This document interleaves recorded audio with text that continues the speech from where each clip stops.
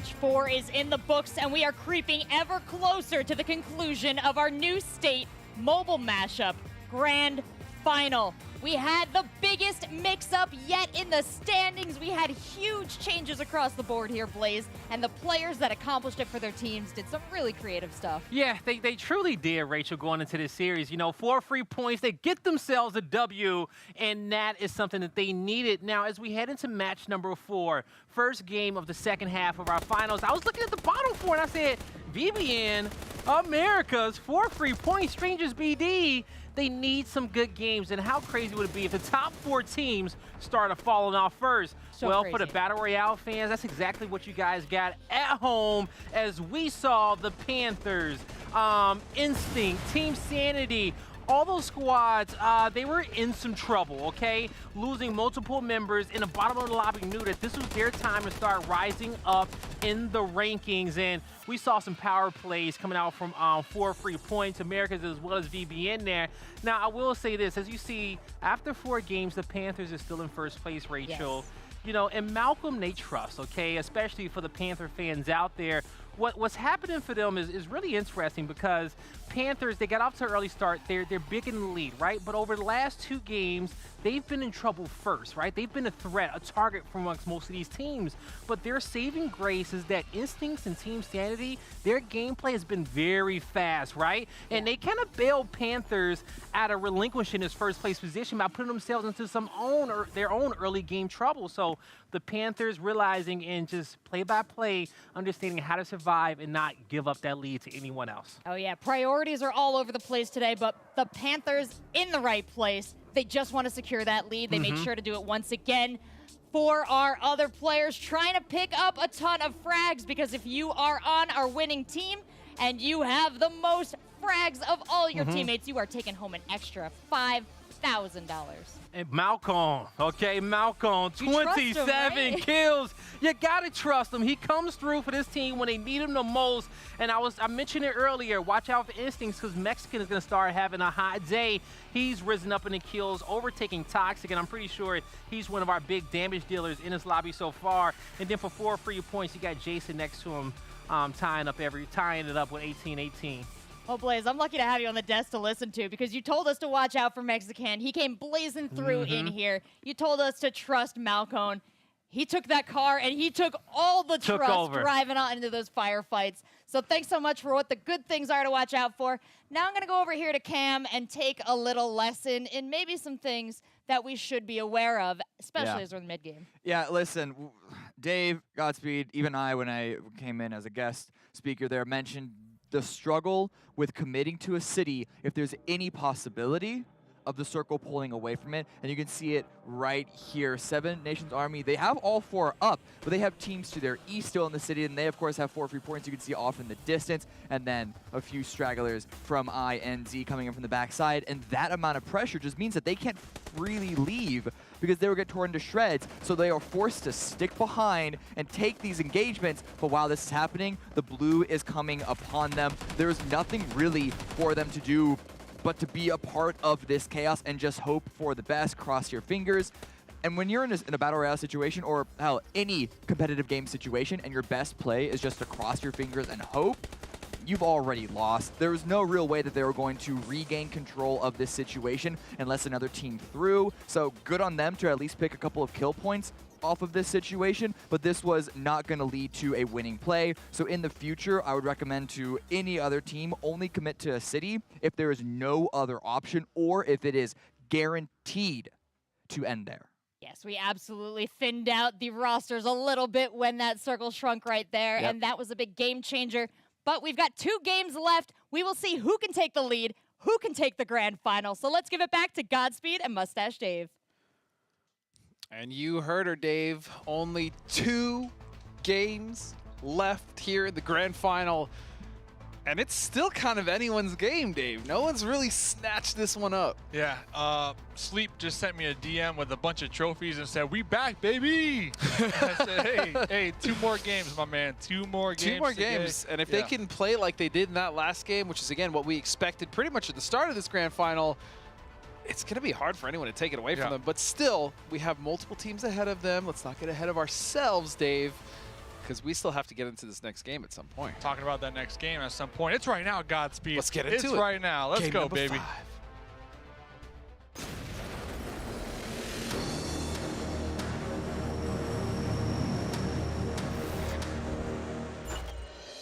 Again, your favorite penultimate game of the day, Dave. A shout out to Toffees, to be sure, who was covering pretty much all the qualifiers as well as doing a fantastic job on the influence events. But yes, it is our second to last game of the day. And it's a little bit of a different one. Finally, we got a southern circle here with City Hall and Shelton down, with Cornwall and I believe that's Loganville being the center. Yes, sir. New zone. Who dis right now? I love it down here towards the south. We got a lot of water in play. And I don't recall a first circle where that whole southern island is actually in the zone. So Shelton, City Hall, this should be pretty solid. And looking at the just the points so far, Malcone from the Panthers, 12 elim points so far. Instincts, Toxic, 8. Peel with 8 showing up here on the board. And then Maple with 6. So they are definitely shooting up these overall so far, Godspeed. Yeah, indeed. I mean, on top of the top killers, I'm now curious to see how that's going to play out here with our first split of the day as far as the river's concerned, Dave. And look who's down there to the south. Four free points. They're often on the south of these, by the way. Whenever we see kind of these awkward river split circles, 4 free points is always the one that choose to go south. Because they know that's the game-winning decision right there. And this is a team, I talk about it every single time. Talk about it again, Dave. And I'm going to talk about it again here. It's the last day of the grand finals. This is a team, 4 free points. This, and I stand by it, is their tournament to lose. It is. They have been one of the most outstanding teams here so far this season. And they are a team that thrives on momentum. Yes, they are. I just told you, Sleep sent me a DM with a bunch of golden trophies saying, we back, baby! Like, that momentum is contagious, and it just flows throughout the squad. And after that last match, in my opinion, that's all they needed to take the first place spot. I'm saying all right. No, spot. I mean, it's a bold prediction, but at the same time, it's not that bold considering the team that you're predicting. So we'll see how this one plays out. It's bold. It is bold. Team Sanity, on the other hand, they are used to looting Chester with Seven's Nation Army, but they actually pulled off much earlier, and they're much more central towards Logan. And so with that in mind, they've taken a nice position here to scout. They do have some loot to have here, as well as I said, that scouting position, they'll have a little bit of elevation to work with here, Dave. Yeah, and they're going to need it. They are going to need it because, like you mentioned, all 7 teams up there on the northern half of this zone. Meanwhile, only 1 squad down there to the south. And I think another team, the Americas, kind of recognizing, hey, we don't want to get stuck in this clown fiesta up here in the north. Absolutely just in case the circle continues to favor the southern part of this zone. And they're actually going to be piling up in a vehicle, doing a little slow roll. Maybe a little bit of an instinct cosplay here. Looking near maybe City Hall, and they probably can assume based off of the plane path and the parachutes that it might even be open at this point in the game. We are still very early on. Only 4 minutes in this game. I'm very glad that you brought that up, Dave, because especially for those viewers who may be like thinking, oh, I could probably get into this, I could do this. Something that you should absolutely watch out for at the very beginning of the game. It is imperative. It's more information than you really think it is. Watching for the plane path, maybe having someone mark that plane path, even well into the midway of the game, that can give you a lot of information as far as where teams drop, where you think rotations might end up being. And so that's a really good call out, Dave. Yeah. And talking about getting into it, Season 2, baby. Season 2, I mean. It's open. It is open. Just sign up and try to qualify. That's how all these teams. I mean, we would sign up and qualify and win, but obviously, you know, someone's got to cast these games, right? Like I said, Wynnsanity, he slid into the DMs like, Dave, we need you. Diamond Dave. I said, well, Wynnsanity, I'm with Godspeed this season. I needed someone to cast with, because there's no way I'm playing at this level. But and they're doing good. Fourth place. If we were to end right now, that's 20K, baby. 20K. Not a bad weekend indeed. And only 1 point behind. 4 free points. So last match, the Panthers and Instincts, they lost 2 really early on. It really set them back. The Panthers, they lost 2, I think, in the first 5 minutes, and they just couldn't recover after that. They couldn't get enough drone credits. They couldn't call in anybody. And we saw when they're down to just a duo, they don't have a loud roar, a big bite. They don't, but they still got a little bit of a nibble, if you will, because they were still finding some points here or there. Are they as terrifying? A little bit like a declawed kitten at that point, sure, but still, they're still roaming around and they're still finding something there. So the Panthers are still fighting even when they go down to a duo, and that's actually the really cool thing. There's multiple teams that we've seen have some incredible games as a duo, the Panthers being one of them, Team Sanity being the other, and then of course 4 Free Points have had some pretty incredible games as just duos. Yeah, and something else that's really interesting about this specific map is that the Panthers, first place, they're in Cornwall. Another team, second place, Instincts, they're up near Cornwall. So first and second place right now on the overall leaderboards, right next to each other when we're looking at this map. And another interesting thing, Instincts with 2 vehicles. What am I seeing no right way. now? Am I rubbing? Yeah, they do have 2 vehicles. They're actually split, so I mean, that had to have been a conscious decision, right? What I'm assuming happened is they were ready to go. Like 2 of the members were like, all right, we're all ready. Everyone piled in the same car. And the other half was like, wait, we need a little more time. So potentially a split there. Again, not something we're used to seeing from this team, but I like it. I prefer the multiple vehicles. Maybe also they were just listening to Coach Godspeed recommend 2 vehicles.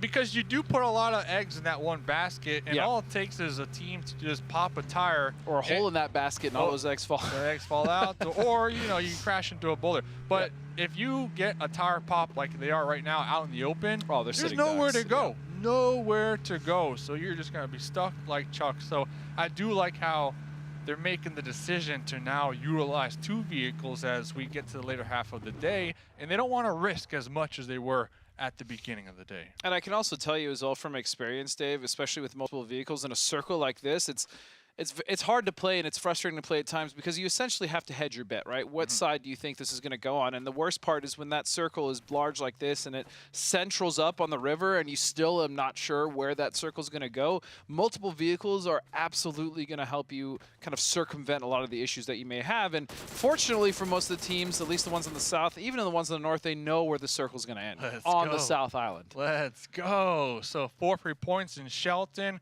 Kind of separated, a little too split, a little overconfident in my opinion right now. They have to assume that there's going to be some opponents looking to rotate on this east side. So I would love to see them group up. Maybe even go for that passive play, that late game play. Keep 4 up, go all the way down to the coast in the south. I would not be against that. Just play that rat game, turtle up, and avoid even risking losing anybody this early on. And to be honest, it's kind of what we've seen Instinct do, right? And the Panthers to an extent where they kind of sit back, they wait for the fights to kind of happen, they avoid the chaos, and then when it's their time or they feel it's their time to come in and strike, they do, and it's been a big success for them thus far, and so, yeah, that's a very good point, Dave. Talking about another good point, the Panthers, they ran into 2 members of 7 Nations Army, and now this is the duo that survived the Cats attack out here. And they're 7 Nations Army, I mean, it's been a little... But look where the Panthers got the other 2, on the mainland of the north. So they, like, super separated on the split right now from 7 Nations Army. So separated. At the very least, what I'm assuming 7 Nation Army is going to do, Dave, is they're going to try to go down to the south coast away from everyone else and then try to use a green flare to potentially call a teammate or 2 in. Because that, I mean, if it's still a risk, but that's probably the least likely spot for their teammate to get shot out of the skies down all the way there to the south. And Kairos is going to find with no honor, so that's going to be a member down there for Violent by Nature, I believe. We got Instincts looking for the drive-by, the pull-ups, but another interesting thing. We'll get back to that. Pulling up right onto the Americas here. Drive-by. Little dangerous, Toxic gonna fall, and so with that, they're gonna rotate out of there. Instincts wants none of that as Aaron is gonna survive for now, and they're gonna hold this little hilltop for themselves. So going back to those interesting things before this one happened, the Panthers, they went all the way deep into the blue. They went super wide. Super wide, not even risking sending it directly into the zone. So I like that a lot. Opting to take a little bit of blue zone damage, and now they're going to be wrapping in to the north of City Hall. But Healthy talk about with playing 4. super safe here, Godspeed. Well, you know, there are things I like about this, and there are things that I don't. I just hope that they're not super hesitant. Oh, the tuck and roll! Tuck and roll ain't gonna do nothing. What? when she's got you in her sights. What a shot. I'm sure Guy is just loving that from Kitty Cat. But back to my point on the Panthers, I just hope that they're not too passive. Now, I agree that this play was absolutely the correct one to make. I just hope they're not too hesitant in getting in those fights. But the flare is going to go up. I believe that was a red one. Yes, sir. So it's going to be a nice little package for them coming down. But man, Kitty Cat, as far as sniping goes, she is second to none, man. Like I said last game, one of the best snipers in North America, hands down. Yep. Hands down. Hard to disagree. Man. So, okay. Looks like some call-ins out here from Instincts. Calling in that green flare. The Panthers are going to be scouting, playing nice and slow north of City Hall. Looks like they're going to actually be wrapping a little more towards the south. And an interesting little note here, that coastline, you could drive vehicles all up and down there. There's a nice little vehicle pathway there. Oh no, though, Godspeed. Who is in the crosshairs of Volt, man. 3 points? That's going to be Strangers BD. This is dead last on leaderboard. This is not where they want to be. No, and this has been a very rough lobby for them. We saw some really cool shades of brilliance from them in the last 2 lobbies over the last couple of days, and even in the qualifiers. But so far in this rough and tumble lobby, this kind of top tier, they have struggled the most out of any other team. In fact, we're not even seeing them do their patented splits that they had kind of started. Yeah, too scared. Oh, Jason for 1 with the That's SKS. crazy. I can't. They thought they were safe. That's crazy. He was like 10 feet from the ground. Jason, 4 free points. That was wild. 4 free points, got 5 points here this game. 5 free points. 5 free points right there. I'll take that. I wouldn't say free. They worked for a couple of those, but yeah, that was disgusting. If you're in the sky, that's a free point. Come on, guys. Oh, that's true. That's true. Like, I'm trying to give the benefit of the doubt. You are, but nice. you know who you're talking to. The conductor Diamond Dave, of the that's hype true. train out Diamond here Dave. Diamond Dave, 4 free points. And look conductor. wait, Dave. Look at the southwest side. So the Panthers have actually managed to squeeze in and slot themselves underneath the team of Team Sanity and just to the southwest of the team of Violent by Nature. So that's going to be really nice because even if the circle shifts off of them, they're going to be able to move on foot if they choose or use a vehicle because there's enough terrain for them to do so with. And and you could drive all up and down that coastline. Yep. You could definitely, and they might actually do. They might do that right into Seventh Nation Army. Circle, yeah, to get right behind 7-8. That would be the play, in my opinion. I agree. For the Panthers. And you know what? They're probably doing that right now. Khaled and his vehicle already rotating. That's what we like to see. We talked about it earlier, being able to wait in your vehicles for that circle pop, or at least be moving just a couple seconds before. It's going to give you a head start on all the other teams. Because look, Khaled is actually going to beat everyone else. He's just sending it right now. Just sending it.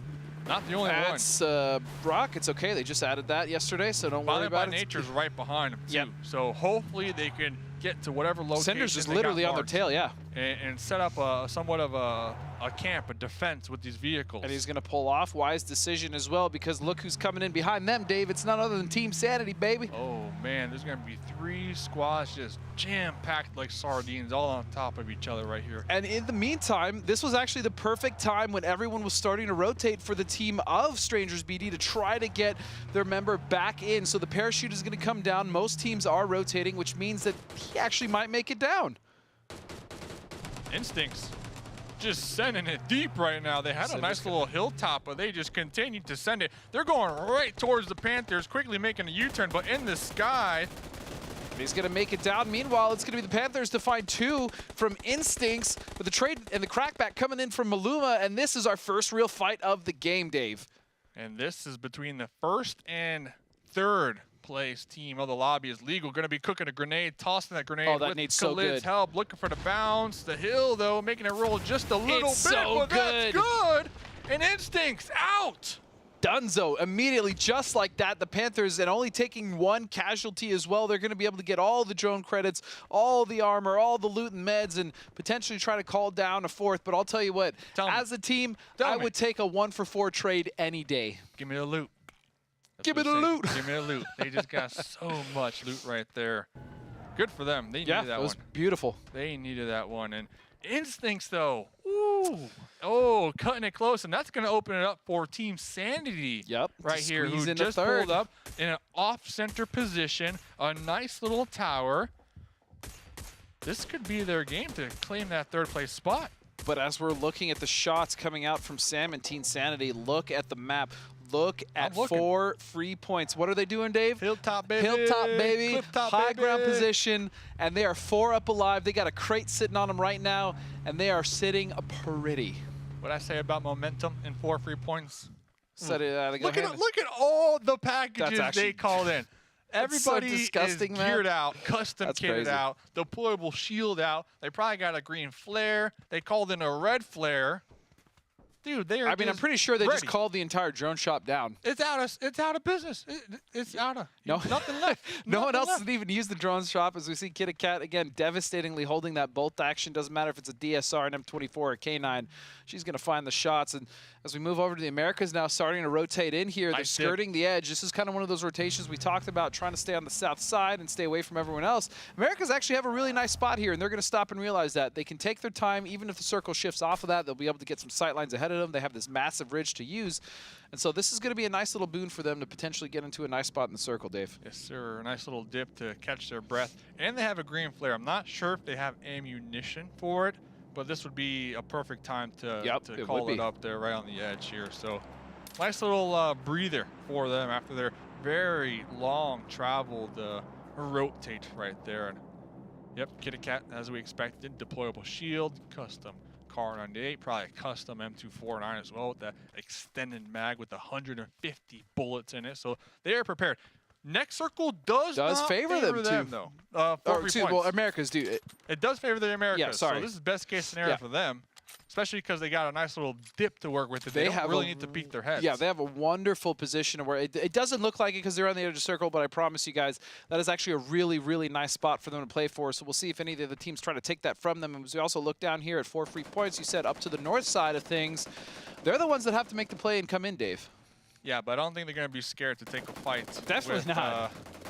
With SBD right ahead of them. That's Especially Kairos. after getting that knock, so they know exactly who it is. What is that knock? 3x spray from that distance. He's just going to find it like that. That's ridiculous. So look at this. Peel's driving right over the top of the Panthers. 2 members going to be immediately knocked here from Violent by Nature to third, potentially going down. Khalid, is he going to find it? He is, and just like that, it is devastation on the side of Violent by Nature, but this trade's still coming in. Sleep actually on the other side of this, finding it. What is going on? Jason with the MG3. After getting that knock, they just full center right there. The spray down. Now it's up to Vault. AKM back against the wall. Doesn't even matter. Third party from Team Sanity will seal the deal. Looks like the squad was able to get the full pickup. But they're not in the zone here, Godspeed. No, they're not in the zone. They still have to make it in, and all that fighting, you heard it, you said it yourself, Team Sanity just waiting for this. They saw the fight, they saw the kill feed. On the southwest side of things, I actually think the Panthers fell. They actually lost that fight to Violent by Nature, but now it's going to be Team Sanity finding the shots onto some of the members here of 4 free points. Wow. Violent by Nature took out the Panthers and shot up the leaderboards right there. 4 limb points down to just a solo. Well, they took out that the doesn't top matter. team in the Yep, lobby. they survived. They got the kill points. They wiped out one of the teams that was in front of them. In fact, they wiped out the lobby leaders now. Kitty Cat and Jason trying to find some refuge here on the other side of this hill. They are not quite in yet. They're going to have to fight in for this as Cloudy here from Team Sanity is going to fight onto the Americas, and this is just a mess. Team Sanity, though, being proactive, pushing out from their hilltop, trying to third-party this fight, flexing their muscles Getting here. those kill points is so important, though. Cloudy, beautiful stuff. Sam as well going to find Sleep. Jason, though, going to get a little bit of a retail there on Maple with a grenade as this fight on the side of the hill. Sam has such a good position, but he's going to be found out as well. Not coming in for 4 free points. Wynnsanity and Cloudy, the last 2 alive. A res potential on Maple, but not likely. As 4 free points is also a duo, and these are now all fractured team, really the healthiest team being Team Sanity, still somewhat fighting in Seven Nation Army on the other side of this. Ooh, what a nice snipe right there onto With No Honor. But yeah, both the duo from 4 free points have light machine guns, the MG3 and the M249, as it looks like they're trying to wrap around that hilltop that Team Sandy are holding down. So both squads up there on the edge will have a moment to pop those meds, get that boost, get that heal going, and top back off that 100%. And this is an interesting circle as well, Dave. Look at the center. None of these teams are in, not Seven Nation Army, not 4 free points, excuse me, or Team Sanity. So center is kind of this weird dip for these teams to kind of make it in, and that's why you've seen none of the teams try to opt to go in, and so the fight on the north is probably going to be the one that has to conclude first. Meanwhile, Seven Nation Army is just sitting back pretty, waiting for one of the teams on the other side to pop off so they can either make their move, clean it up, or just know exactly what they're dealing with as far as which team is going to make it out on top. Yeah, they're big chillin'. Oh, Meanwhile, Cloudy and Maple trying to get the pinch, or at least we're attempting to get the pinch right there. And calling it off. Looks like Team Sanity going to be pulling back a little more into the actual play zone within the crosshairs of Seven Nations Army, who were just chilling out there in the open, and that left the duo from 4 free points to prime opportunity to wrap around the north side. So every single team right now has their own little section of the map to hold down for the time being. But it is Seven Nation Army with that foothold here in the current circles. We see them just there off the southwest, and 4 free points is the one that I'm kind of worried about the most as far as these 3 teams are concerned, as the other 2 are finding their way in now. Escalona going to crash on this rock, using the vehicle for cover as he gets out. Very intelligent there. Still going to be rough, though. He's going to find Cloudy, though. All of a sudden, the other members now coming in, and Maple going to fall as well. That was a beautiful little angle there, using the Tommy gun.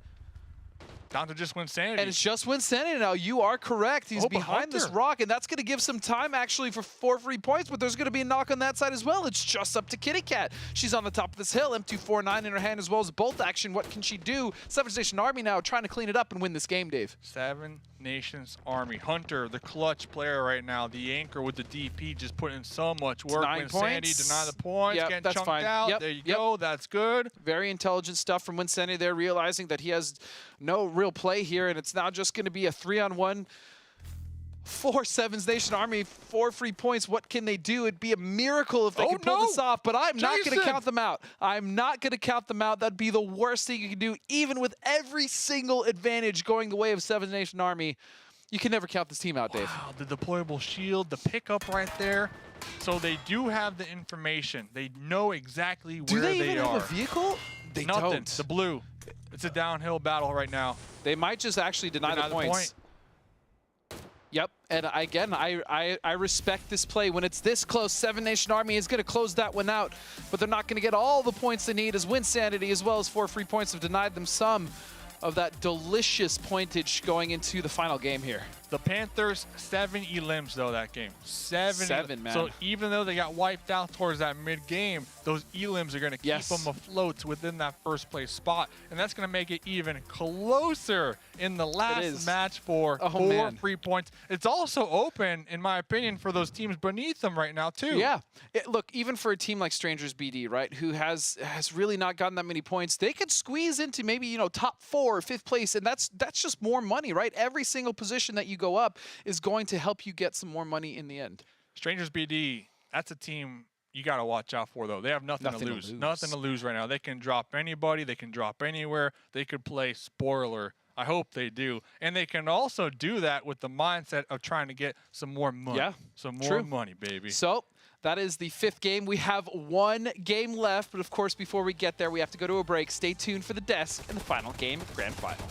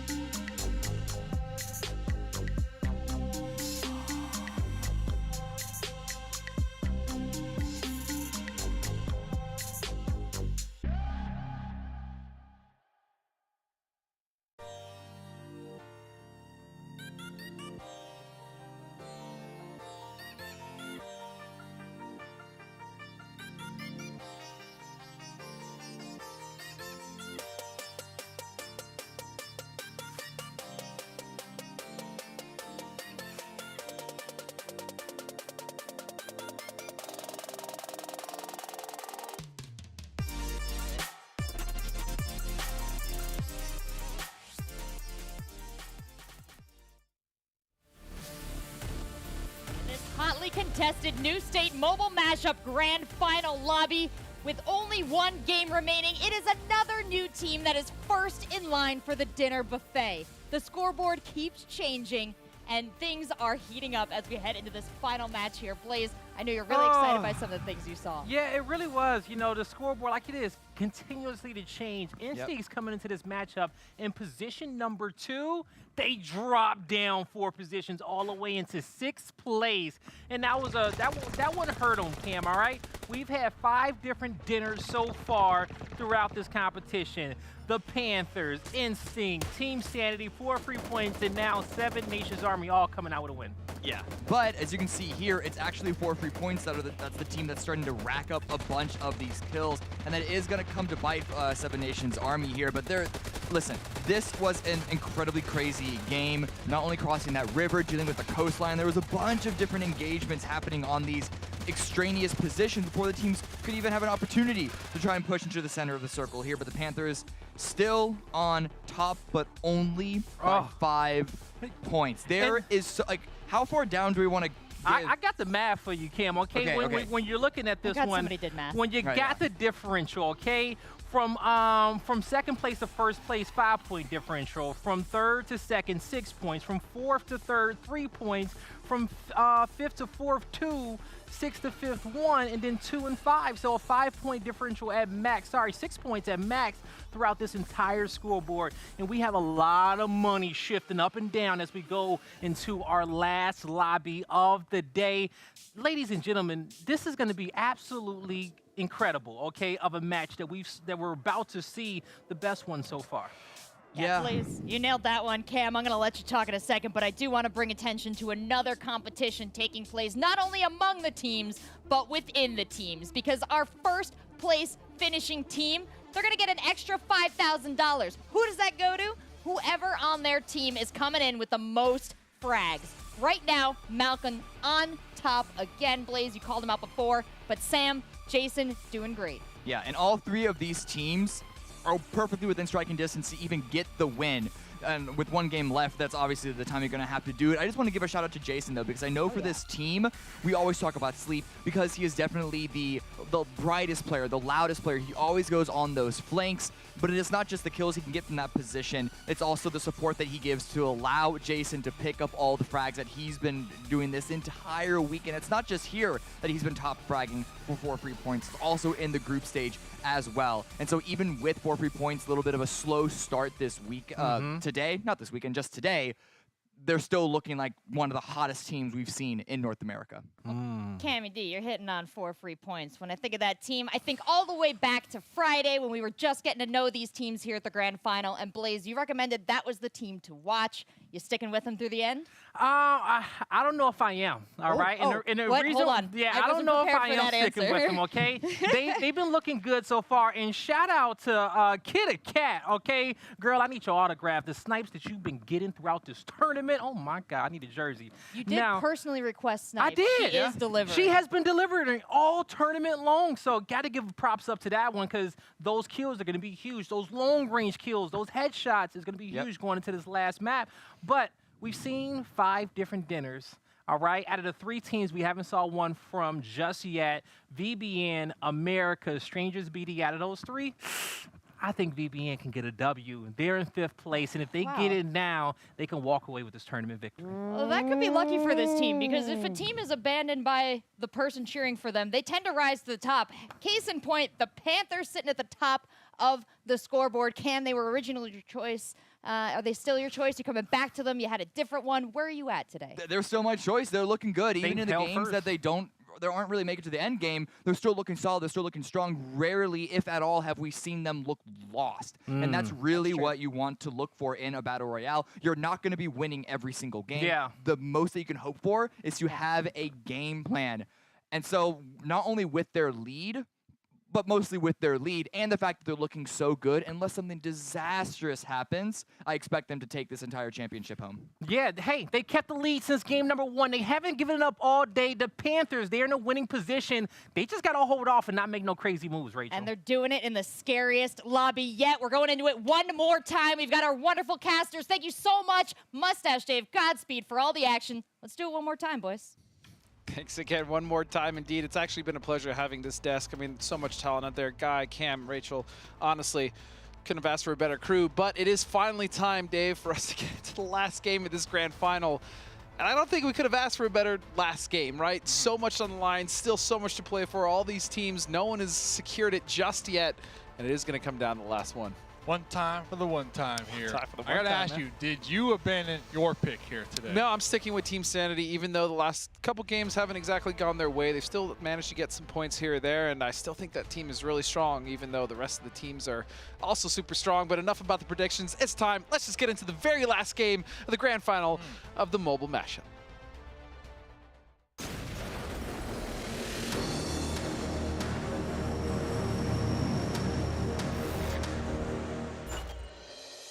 Game number 6, the final game of the New State Mobile Mashup. This is the grand final. It all comes down to this very last circle, Dave.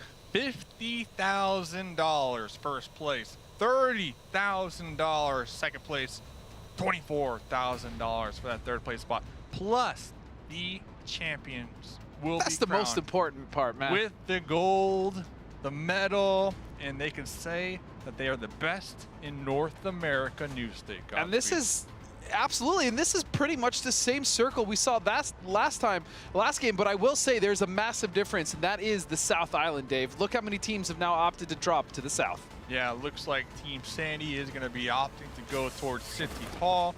Meanwhile, the Americas posturing their parachutes just a little north of Shelton, who we saw last game, 4 free points tended to drop towards. And then on the opposite end of this circle, the Panthers kind of intertwined up there to the north here. Godspeed. And 5 points, I think, is the difference they mentioned on the desk. It's between not much. First and second. It's really not much, and this is one of those circles that you were kind of hoping, if you're a player, like you wanted something a little more solidified, knowing at least where you need to rotate. This one's going to stay a little ambiguous. It is cut there on the south in between City Hall, Shelton, and of course Graveyard and Loganville, and so this one is going to stay at the very least uncertain for the teams trying to figure out if they want to stay on the north or the south side. Khaled from the Panthers actually going to be driving a little close to Chester, where Seven Nations Army is, kind of off there on their own little solo dolo mission. They're going to need to be very careful and cautious. Khaled might even be opting to go for that police station, snag that Volt weapon, and then group back up with their team members. So I'll keep you posted on that, because in the kill feed, what is going on? SBD got hot dropped on, and they're down to just one. It was Instinct, actually. Yeah, while we were talking about it, 3 of those members just got wiped out almost instantaneously. Strangers BD now down to just 1 player. They were already in last place. This is probably the worst case scenario for them. But the best case scenario, if you're Instinct trying to climb your way into the top 3. Very close, too. Look at the scoreboard. So close. Volt gonna be popping up. Oh, is this it? With the LA. Is this the tournament for Strangers BD? It is! That's it! They're done! And just like that, 4 points have gone the way of Instinct, and just like that, they're 2 points behind third in Team Sanity. And on the flip side of this, it looks like Seven Nation Army is actually going to find Khaled from the Panthers, and they're going to lose a member as well. Yeah, and then Malcone kind of still out there on their own over there by Cornwall. Meanwhile, the 2 other Panthers are going to be rotating possibly towards Graveyard here. So the Panthers kind of doing what they did a couple of games ago. Early game, they didn't get their drop spot, so they're kind of scattering out, looking for those drone credits, looking for the most optimal spot to loot on up. So I'm not too worried about the Panthers. They are a strong team at being able to call back their squad mates. Yeah, that's true. That's one of their strengths here compared to all these other squads. Definitely not how you want to start, though, Dave. Definitely I not agree how you with want to that, start. but then on the flip end, I'm not too worried. I'm not too worried, I'll because give it to you. they have been performing quite well. And the Panthers, well above 7K damage with 30 elims, first place. The next closest is 4 free points with 5K damage and 22 elims. So the Panthers have been dominating here. Oh, yeah. Today. Godspeed. And just that stat line above, just well above 7K damage. I mean, on top of the 30 limbs that you just talked about, that's a lot of damage, Dave. 7K. I mean, over the course of just 5 games. Guess what? Malcone with 2.8 of that. I mean, Malcone has 100% been just such a force for the Panthers, right? I mean, he's really been raking it in, and that's part of the reason why they're in first place right now. Don't forget, the team that wins, one of the players will get an additional 5K. 5K. So talk about raking it in. I'd like to Malcone might pocket be 5K, raking in you know an what I'm additional saying? 5K here tonight. I would definitely like to pocket 5K. His Sleep is going to pocket that MG. That's get a the Mark. Bob That's a Mark Barker. 14 actually. The Bob Barker. Probably calling for Kitty Cat, maybe. Nice little DM. No, that's not true. Kitty Cat's all about the bolts. That's the DMR, my man. Man, I put that thing on full auto. I'll let it rip. Dude, honestly, one of my favorite things, at least in PC, was grabbing that, putting a red dot on it, going full auto. That thing will shred. So we talked about the zone a little bit. It does look like it favored the east side this game around, and that river still major factor. Don't know if it's going to go north or south. It's a coin flip at this point. Something inside of me wants it to go towards Graveyard. I love Graveyard. There's drunkards everywhere. The 2 churches. It's also a really interesting place to fight. Yeah. The high ground, the tomb. There's a lot. There's a lot of cover that players can really get those off angles and those flanks going. And it would be beautiful to see the Panthers and 4 free points ring the bells in the chapels. The final game. Yeah, that'd be. Ding, ding, I and then, agree, man. go for that fight. Contact the players. Make it happen. Hey, let me just message them right. Hey, go to the Graveyard and fight. Ring the church bells. That would be really neat, though, if it did end there and that was our final fight with the church bells. Khaled is back, baby. Oh, man. You doubted the Panthers. Come on. I never doubted the Panthers. What are you talking about? Listen, easy. I said it wasn't the start that they had hoped for. That's not doubt. That's just fact, my friend. All right, back to the picks. Guy Blaze, did Guy Blaze pick a new squad here? I know Cammy's stuck with his. You're sticking with yours. I'm sticking with mine here. So I mean, that's fair. That's a good pick. So let me ask you then. Okay. Team Sanity, that's your pick. What do they need to do to, in your opinion, get this first place spot here in this game? I feel like if they stay on the edge and they play not necessarily a slow game, but they stay on the edge, they clean up their side, and then they just slowly move in, play aggressive on edge, I think that might be the answer for them. Obviously, we know what 4 free points is going to want to do. They're going to want to get some sort of off-center position with nice elevation and give Kitty Cat the most sight lines for her to snipe and do her work, and just control the rotates from there. And then as far as the Panthers, you know, they like to pick their spots. They'll take their time, and then they'll come in third party. So we know what all these teams want to do generally, right? It's just, is the execution going to be there, and are the circle really, or the circle is going to allow them to do that? That is true. And with Instincts in 4th place, we can't really discount them. We can't really count them out. Absolutely and they're tied with 7 Nations Army, by the way. So that is interesting. And Loganville is going to be occupied by Instincts, who have already 4 elim points. And compared to the team that they're tied with, 7 Nations Army, they're just now leaving Chester. Very interesting move. Okay, the new circle, I still feel like it's 50-50, though. It is. That's my point. It stays on the river. That new shift gives nobody the advantage quite yet, as this can go either way. Sure, you have a little more of the north in here in the Graveyard side, but if you look to the east, that's all water, baby. And look who's trying to take it up right now. The Americas in that dead center position on the coastline. So, but I like that. I like that they're on the coastline, Dave, because that means that if they need to make a quick pivot down, they can. The only thing I worry about is 4 free points on the other side of this, potentially watching for that. Ooh, that is true. But that's only if 4 free points opt to also play the coastline, which we do see them on the edge, but they are on the move here, Godspeed. I mean, they are going for this hill, right? Which is no surprise to anyone at this point watching them. So they are going to get this high ground advantage and use this vantage point as far as sightlines go and get as much information as needed. So at the very least, at the moment, there's no immediate threat to the teams on the coast. Safe for the time being, and in 3rd place, Team Sanity also going to be flexing out using the shorelines, right? Using the shorelines, using the bridge to take up the island in the south on that west side. So the 2nd and 3rd place team, as of right now on the leaderboard, are going to be in the south. Meanwhile, the 1st place team, Team Panthers, still up there in the north, just east of Mall, playing this one really slow here, Godspeed.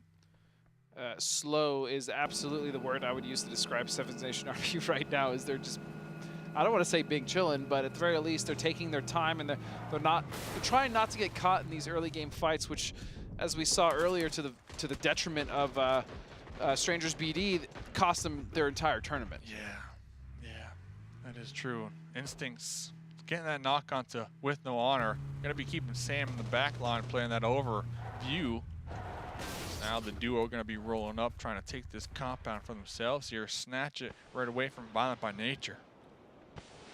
This push is coming in at a pretty opportune time at the very least. Circle is still not posted. They have time to take this fight if they so want it. Singularity is actually going to find Mexican now, and this is a little bit of a three-team fight here as shots are being traded from all across the river in every which direction. And so these teams need to be very careful as this nade is going to go up. Peel trying to cook it to perfection, maybe get a flush there on Mexican. Not sure if that's going to happen, but look at the other side of this again. This is very unnavigatable for some of the teams. They're just going to have to hunker down and try to survive. Yeah, and Mexican was taken out, and to me, Mexican is like the glue for Instincts. One of the top players that really holds them together. Fire, yep. Yes, especially in these clutch moments here. And yes, Instincts, they do have 5 elim points so far, and the duo that's still alive, they do have enough credits to possibly get that drone in, but they're dead center. Yeah, I don't see it happening. Sinner now going to come up here and get the res on his teammate, which is going to be huge. It's going to be with no honor. We saw get knocked earlier from a third-party situation as it's been the Americas fighting as well as Seven Nation Army. I mean, it's just everyone is focused on the sightlines. And meanwhile, in the South, guess what? Who's just kind of watching, you know, seeing what's going on. It's going to be Team Sanity and, of course, 4 free points. The top 3 teams, actually, are just chilling. They're like, you guys take each other out, do what you got to do. We're trying to make the late game. We're trying to keep everybody alive on the team. I wouldn't be surprised if we see the top three duking out in the end zone. It is, honestly, it is looking like that is probably the outcome now. That obviously is completely up in the air. Up in the air as far as where the circle is going to go, right? But there's a high possibility just because all the teams beneath them are really clustered together in a center position. That and the fact that the top 3 teams here in 4 free points, the Panthers and Team Sanity, have proven that they're very good. They have a track record of coming in late and fighting when they need to, right? They're not getting kind of involved in these early fights. As I say that, Peter Boy is going to get cracked with an SKS coming out from Hunter and Seven Nation Army. So they are, I mean, they're obviously going to be able to pick him up, but, you know, it's a helmet that he just got. Hunter has been hitting these shots here tonight. I will give it to Hunter. As has Escalona. Escalona's been really, really hot for Seven Nation Army. Definitely surprising me, at least. And yep, the pickup was successful. And between first and second, that's a $20,000 difference here, Godspeed. That's a lot of money between the two. And there's not a lot of points in between the Panthers and 4 free points. So the Panthers still going to be hovering around Graveyard, waiting to see where this next circle takes them. They do have vehicles ready to go. As we do see Instincts, I didn't think it was possible, but they did call in that green flare. So they're going to attempt to get their player back in.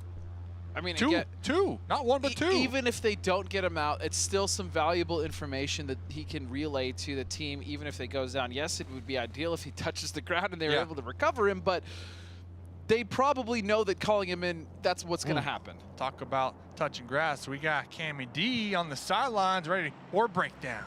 Guys, I don't know how to tell you this. This is probably one of the worst circles to end an entire series on if you are a player. The fact that we have the river cut in between, dead in between. This is like a Pokeball. Dead in between this entire circle, and we're halfway through the game, means that we still don't know what side of the river the game is going to end on. You have here on the south side 4 free points, currently in second place, chasing the Panthers, and they could put up a good position here if they go off against Team Sanity on the west side, who are also in a position to try and chase forward. But if it swings to the north, well, whoever is going to be surviving this little kerfuffle, they're going to be in, I want to say they're going to have an advantage, but there are so many teams up here that there's going to be so much fighting that whatever survives might just be in tatters. So I have no advice. It's just going to be pure chaos. That's all I got. You heard it here first. Just do what you can. Survive, and that's exactly what the circle has forced these teams to do. I mean, Yeah. Cam is right. What a hell of a circle to end the grand final on. And I think out of the top 3 right now, the Panthers have the biggest challenge because 4 free points down there in the south on the edge, and then we saw Team Sanity. They got a nice, strong little hold-up compound right there overlooking that bridge, and that's why we're looking at the Panthers right now, trying to rotate, and it looks like they're going to be finding some static up against Violent by Nature here, Godspeed. Oh man, every single rotation, every single decision that these teams are making as far as where they want to go and how they're going to move is going to be 100% potentially detrimental to them just because there's really nowhere to go, right? And all these decisions are going to have so much weight behind them. This is the last game, and some of these teams are absolutely in the position to win. Talking about the Panthers, they are somewhat separated for the time being. Looks like Sad is going to be in a vehicle trying to pull up. There was a smoke deployed. Khaled going to be in the back lines holding this down. But one thing to know, this is not in the next zone. So yes, they have some time to work with, really get that intel, do some proper scouting, maybe even get a knock. But the blue zone is going to start to close in here very shortly. Yep. And I also want to note that Instincts did, in fact, get both of the players back into Loganville. So it is going to be a challenge for the Panthers to rotate between 2 full teams right now. You want to talk about full teams, Dave? Every single team is full. Even the Panthers, who have 4, one of them is knocked, but they're still in the game. They don't have to be called back. And so with that, you have... Again, every team is full, and this circle is getting smaller and smaller. Not only is it getting smaller, Dave, but it is still centered on that bridge, centered on that river, and you have a pretty much even split between the teams who've chosen to go north and south. Cinders with the long toss. Sad was in a vehicle, or at least behind a vehicle. Cinders, the golden arm right there. And the Panthers are actually going to be put to a halt, but right behind them, Sam lining up the crosshairs. What do you got here? The opportunity for his team to potentially move up. I like that he didn't take a shot, didn't exactly let their presence be known. They could move a little closer, maybe sneak in, maybe get a nice little cheeky knock and then try to roll over the team fight that way. And so, again, the uncertainty of the circle is why you're seeing a lot of hesitation from the teams as far as fighting, because if you get caught on a fight, the circle shifts on the opposite island, then you're really in trouble. So the hesitation to fight, I totally understand and actually agree with a lot of these teams who are trying to hold off as much as possible until that circle shift happens. Looks like it's the correct play, but it's rough, man. It's really rough. Going to be holding down this tin box over here. I want to note, here it comes, real Dave. quick, Seven Nations Army, they were in Chester. They were wrapped all the way in the blue, and they actually managed to make it to the South Island. They did. Next zone does favor your squad. I'm not going to connect the dots here, but they're in a very strong position. Look at the circle, Dave. It's centered on the bridge. It's right there, still in the water. It's centered on the bridge. Still in the water. It's on the bridge. It is going to be a spicy one, but I want to see 4 free points. I want to see them take out Seven Nations Army. They are in a fight right now. They need to take out Seven Nation Army. They are aware of that team because they know that if they don't take them in, regardless of who rotates in, they're going to have to deal with the other on the backside of this. And so that is 100% the play, especially because they already know there's probably a team holding that bridge anyways. Yes. In fact, that is exactly what's happening. And I also appreciate how the Panthers are trying to be proactive, and they're just sending it to the water. They're just going to send it underneath that bridge right now, just trying to scrabble anything they can as they're looking at the kill feed, and they're seeing 4 free points, getting some points here possibly, Godspeed. So they are sweating bullets right now if you're the Panthers. And not only that, I mean, the fact that they've lost 2 members, one of them being knocked, only 2 standing, they are going to get the res, but yes, you don't want to see any points going the way of 4 free points, as they're actually going to find themselves with a knock now. And wait a second, Mexican here might go down. Indeed, he does. As Sam is going to find it. And all of a sudden, there's only one more Panther. There's only one more. Underneath the bridge, Malcone, the top Panther from the squad. And they're getting peppered from across. It's actually Team Sanity. Maple is going to find the points. And only 3 points separate them. And 4 free points Team Sanity there with just 9 behind now. And 4 free points scrambling to get sleep up. They need all 4 members. The blue is coming in. They have the vehicles, the opportunity to potentially go. They need to go. Sleep is slowly bleeding out. Oh, he's going to make it by the last tick. This is huge. And if it wasn't for the teamwork, the triple revive, they would have been taken out. The ability to have multiple members revive to make that process go faster is wonderfully used and executed here by 4 free points. As again, the Panthers just surviving barely with just one member. It's Malcone under the bridge. That smoke popped as well. I'm not sure how much longer he has, but holding on, just clinching into that first place spot is 4 free points, finding more kills here onto the team. Who is that? I believe that's Seven Nations Army. There's only 3 points. Oh no, that's Violent by Nature, excuse me. Godspeed, there's only 2 points between first and second, and the Panthers are down to just Malcone, clenching them cheeks, man, trying to survive right now. This has come down to the wire, Dave. The absolute wire. Don't jump there. You gotta be careful. The blue. Jason with the Bob Barker just going for those blind sprays out there. And the circle posted, Dave. Look at it. They're tied. Panthers and 4 free points tied. And like you said, the zone going to Team Sanity, who is only 6 points behind. And look at this, 4th and 5th. Violent by Nature, only one member, but Instincts as well. 45 points apiece. This could not be any closer, Dave. Malcone, the last hope right now for the Panthers. The last hope right now. No E-limbs this game.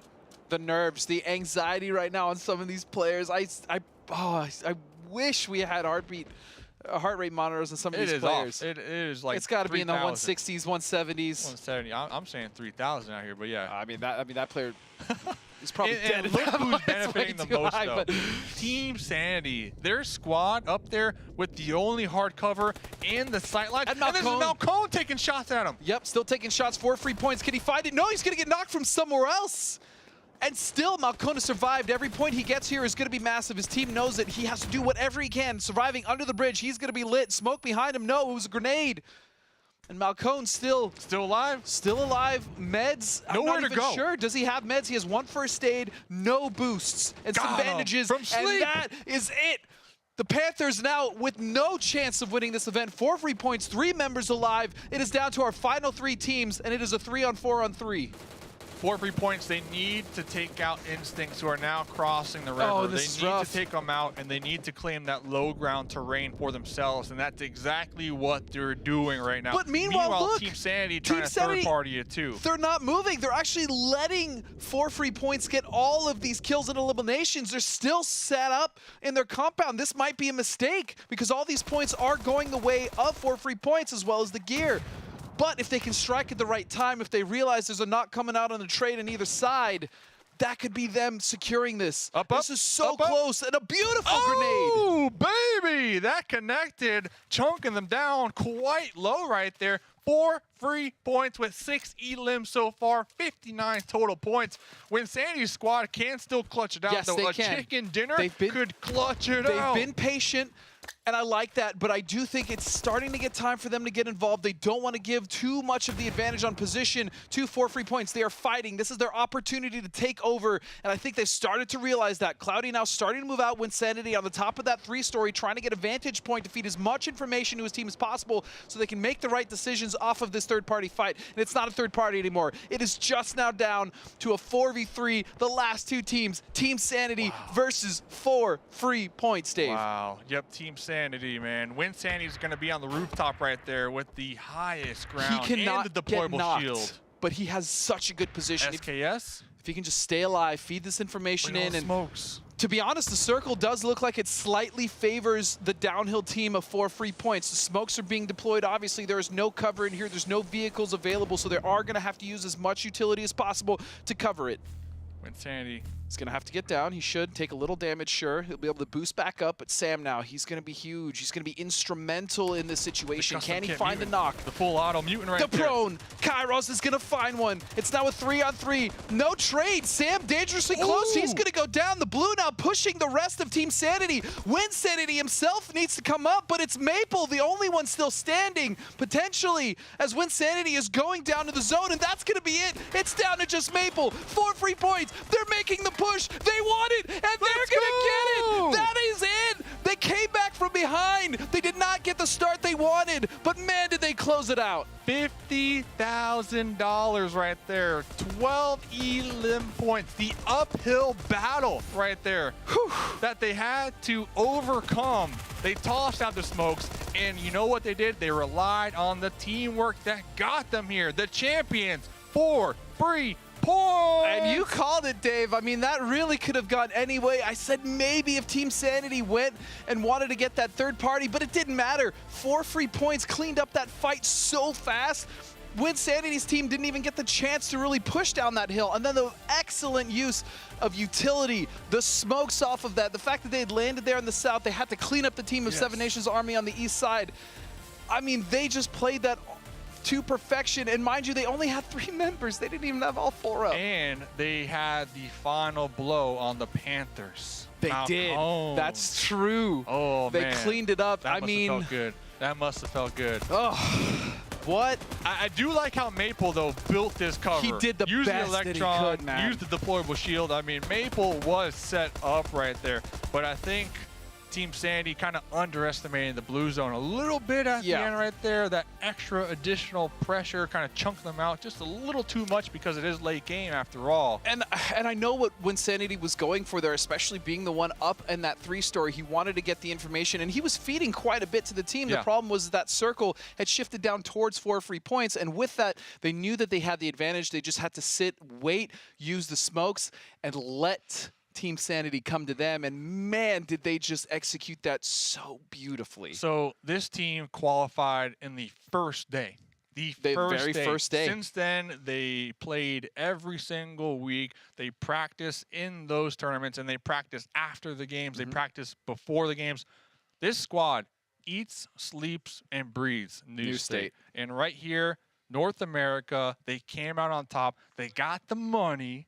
And they got the gold, baby. They got the gold. And they're a team that thrives on momentum, man. That one chicken, You said it. That one chicken was it. That was it. That was it, in my opinion, Godspeed. Well, the crazy thing is you called their win literally after they got that chicken. And we still had 2 games left to go. Hey, Guy Blaze 2. Guy Blaze 2. Shout out to Guy Blaze. Believe it. It was honestly wild the way they were able to bring that one back. I love it, man. I love it.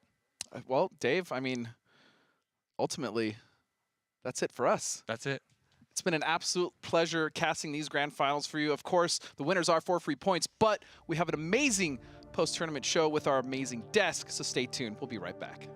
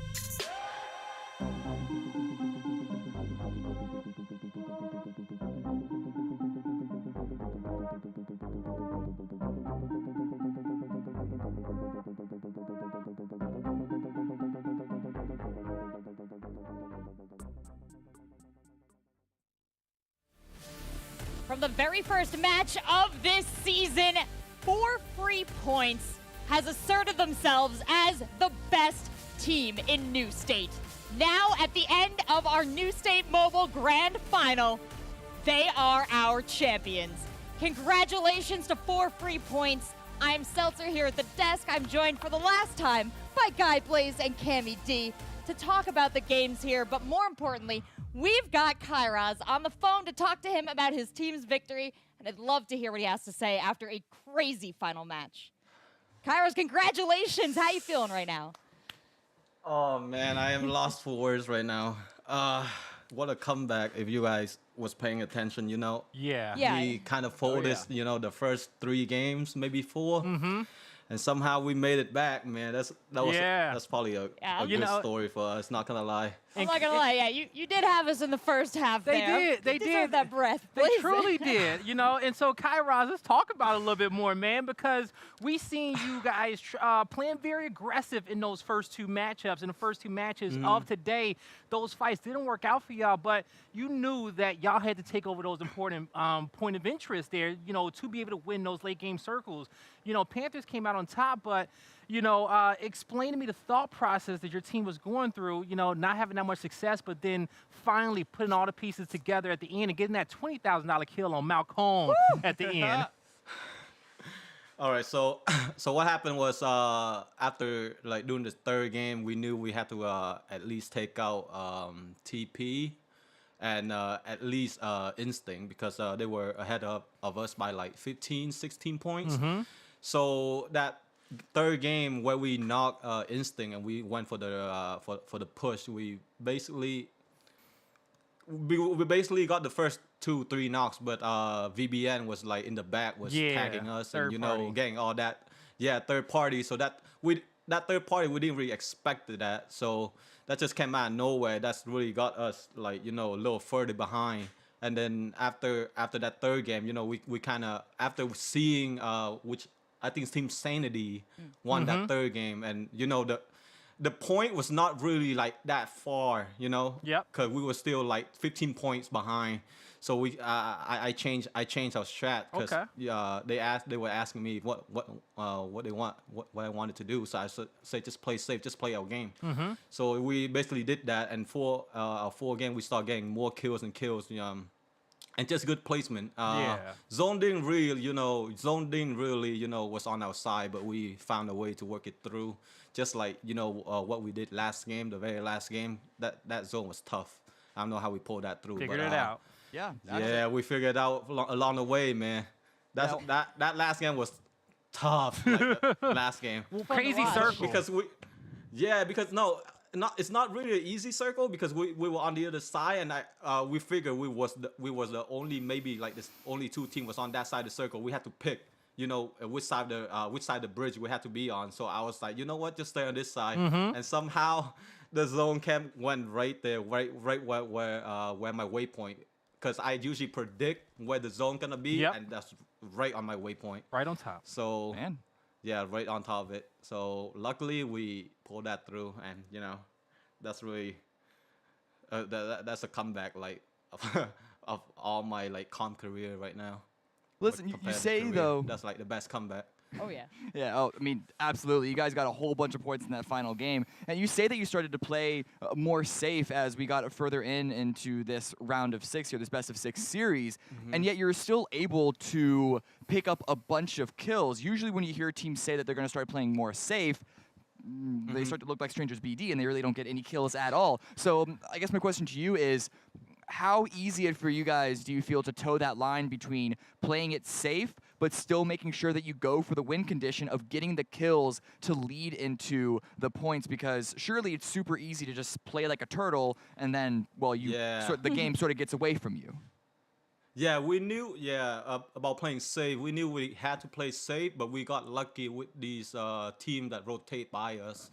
And you know, calling people back, it's right next to us, so we get those are easy point that we could pick up, like from people coming down from the sky. Jason got like 3 kills, and I got like 2 kills just beaming people out of the car.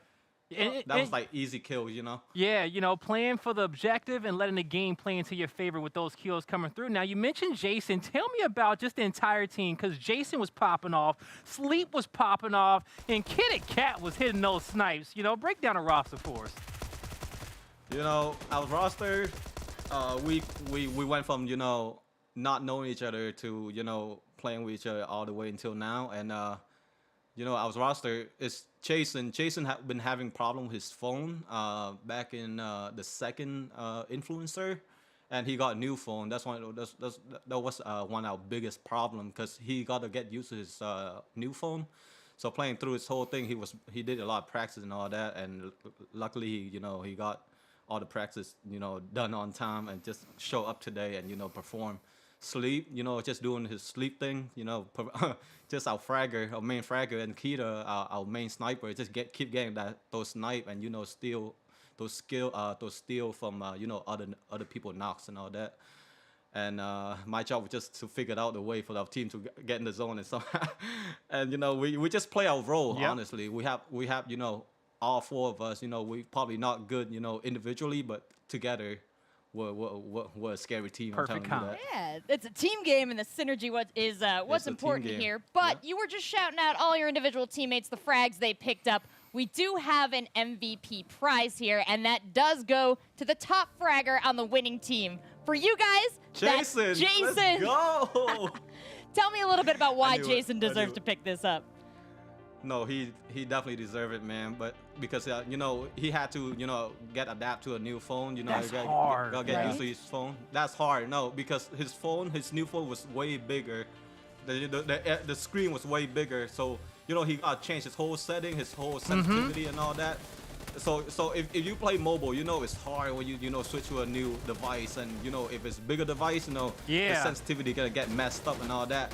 And he put a lot of time into it. You know, low key he did put a lot of time into it. You know, this MVP, man, well deserved for Jason. I'm not gonna lie.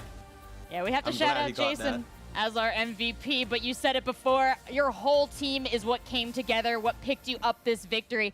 And even the jump between second place and first place was $20,000 difference. So with all these prizes hanging over your head, you can see here on our prize distribution just how big of a deal it is to take first. What is it like playing with that hanging over your head? Knowing every kill, I think, Blaze, you calculated it was worth maybe $500 each.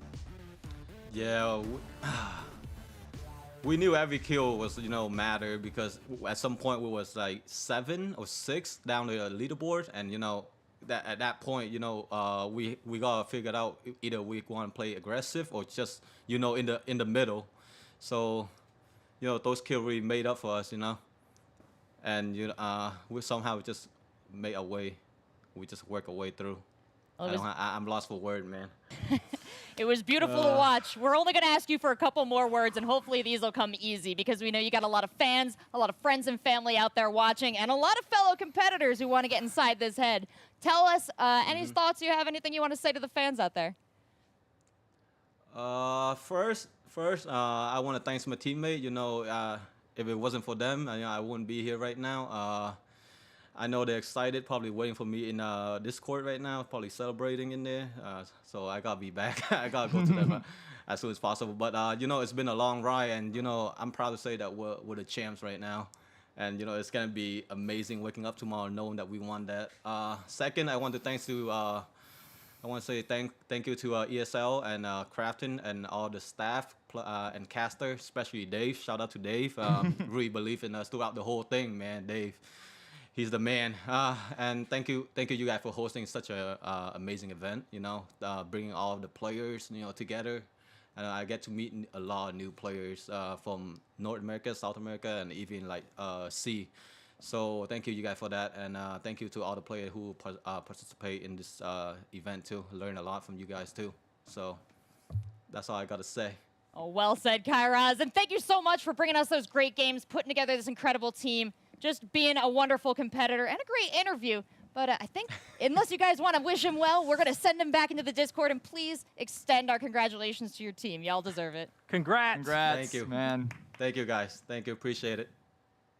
Oh, I love to Wow. see it. What a great winner. Man, this tournament keeps delivering. It really did, and what a great interview that was, and it cannot be understated, all right? This isn't PC gaming, this isn't console gaming, it's not you getting a new mouse, a keyboard, a controller, adapting to a new device and one of the biggest tournaments ever, and coming out with the MVP. Yeah. What a fantastic performance from Jason. Well, we can definitely say that this is the team that put the work in to prepare. We saw them in the very first match in which they qualified, the very first qualifier. They stuck with it. They kept playing, kept training, kept working together. And Cam, I know they impressed you and Blaze right from the start. Yeah, listen, even with their ups and downs, they showed what I thought would have been signs of weakness, but ultimately I have to just chalk it up to them figuring out where their limits are. And even when they opened up today with a little bit of a weaker showing, that didn't set them back. They immediately came up and were able to climb up that hill, climb up that mountain that we thought the Panthers would be able to easily hold on to.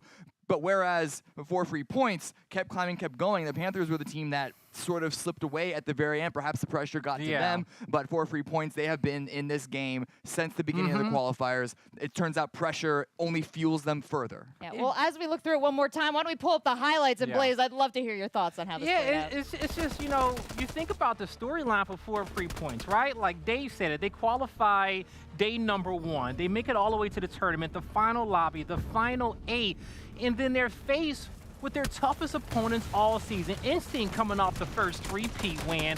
Panthers came out on fire, dominated leaderboard. You got these hot shots in Team Wynnsanity that act like they don't got nothing to lose.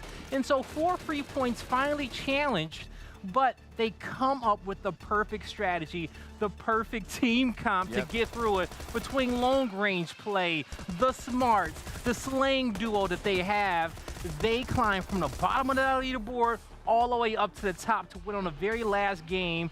Talk about an exciting show. You got to give a lot of love to this team. They definitely entertained the entire community and built a lot of fans, gained a lot of fans today. Absolutely. Yeah, listen, it was an amazing game played at the end there by 4 free points. But I also have to sort of call out the Panthers and even Team Sanity a little bit at the end there. I've said this before, I'm going to keep saying, I'm going to say it again. If you are in the lead, you cannot act like you're in the lead. You cannot protect the lead. You have to continue to chase that. The Panthers, I don't know if it's because they lost that player in the early game, and that sort of set them on the wrong foot. But to me, it just looked like they were trying to hide and run and just hope that a team wasn't going to catch up to them. I would have loved to see them go for a couple of fights, maybe throughout the mid-game, especially with the river still in play. You take a team out of your immediate surrounding area, it suddenly frees you up to be able to move around so much more. But instead, they just got caught in a very unlucky situation, very unfortunate, chaotic situation. And 4 free points, they ate that up. They knew exactly what they needed to do. Yeah, exactly. Yeah, it was crazy. And, you know, as we see this kind of like money breakdown, just to give you guys the picture of it all, how things changed from Game 5 going over to Game 6, okay? You know, going into Game 6, Strangers BD, they were in 8th place, they stayed there. Americas was in 7th, they stayed there. But then you see 7 Nations Army going into that last lobby, they were in 4th, okay? Then you got Violent by Nature, they stayed in 5th place. From there, Instinct, they took over 7 Nations Army position. They went up to top 4, putting themselves $8,000 in their pocket in that last lobby. And then you had Team Sanity, they stayed in 3rd place, but then you got that big $20,000 jump from you know, 4 free points, getting that last kill on Malcolm there up under the bridge and winning that final fight. And we also didn't say it, and we got to mention it, Team Wynnsanity could have won today. They could have. They could have won today. When they had the high ground positioning, they saw the kills showing up on the feed. They knew what was happening below them, but they played not to lose rather than getting that first place prize. But they could have got the points they needed to come out as champions, but they waited for 4 free points to make all the moves. They didn't have the confidence. Absolutely. And now you're looking at our prize distribution. You can see exactly how much that cost them. But everyone's got to be pretty happy taking home what they're taking home on here. And even if we go back to our top 16, our full teams, here's 9 through 16. They were eliminated yesterday, but they are still taking home a lovely Lovely prize. Congrats to all of them. Yeah, Syntax especially I think is the one on this list that is the most heartbreaking here, because if you remember, they lost the tiebreaker to qualify for this final Sunday against Panthers. Yeah. So if they honestly got one more kill, or Panthers had one They less, could have been in second. It could have been in second, yeah, but at the same time, it is good to see on the other end Panthers, as much as I grieved them a little bit for that final game, the fact that they only barely qualified and still were able to get second place. I'm just looking at this list right now, and I kind of want to do a repeat again and see if it plays out the exact same way. I would love to watch an we all? entire mobile mashup all over again. But before Can we we? get too far from the prizing, I do want to point out that we also gave away $5,000 in bonus prizes to our top fragger on the winning team, and that is Jason with an absolutely dominating 24 elims. Shout out to Jason, getting used to a new device in the Mobile Gaming Championship right before and coming out as our most lethal player, a true gamer. Absolutely. We saw so many great things here at the new State Mobile Mashup Grand Final. Two of those things, of course, were Cammy D and Guy Blaze here on my desk. It was a pleasure to watch you work. And two more wonderful features of our grand final are, of course, Godspeed and Mustache Dave. Gotta welcome him back to the desk for Come one on last over time. here, boys. Get between us right here, all right? With your beautiful selves. I just want to say thank you all for watching. It has been a pleasure to bring you this tournament. I've been your host, Seltzer. This has been your wonderful content team. We can't wait to join you again. Until next time.